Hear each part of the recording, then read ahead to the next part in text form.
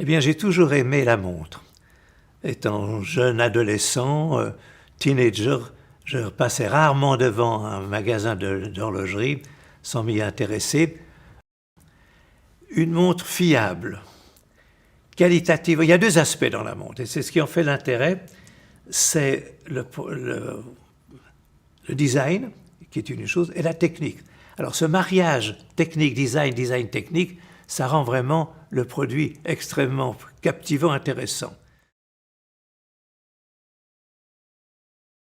Et j'ai eu un stand, une petite boutique enfin, de 4 mètres sur 16 mètres carrés. Et c'était vraiment primaire, primitif primaire. C'était vraiment aussi prendre un certain risque et des frais, mais ça a été modeste comme départ. Je me souviens, on avait une table de bridge qu'on a pu plier pour emmener à Bâle et 4 chaises pliantes. C'est avec ça qu'on a commencé.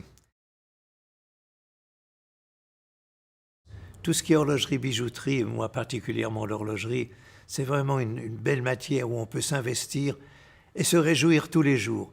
Il y a quand même dans cette activité une créativité quotidienne, tous les jours. On pense aux nouveaux modèles, aux prochaines expositions, et ça donne une fébrilité. On attend la création, on attend de voir le produit terminé, et on se réjouit. Il y a toujours une possibilité, si on est professionnel, et je crois que pour réussir, il faut être très professionnel et sérieux, avoir le droit chemin. Je pense que si on a ces deux questions primordiales, on doit réussir. Et ces gens viennent nous voir au moins 1 ou 2 fois par an et on les rencontre dans les grands salons comme à Bâle. Et il s'est créé des liens d'amitié, des liens de fidélité très forts. Et c'est un plaisir chaque fois, quand ils viennent à Genève, de les accueillir et de passer un moment avec eux, un repas, 2 repas.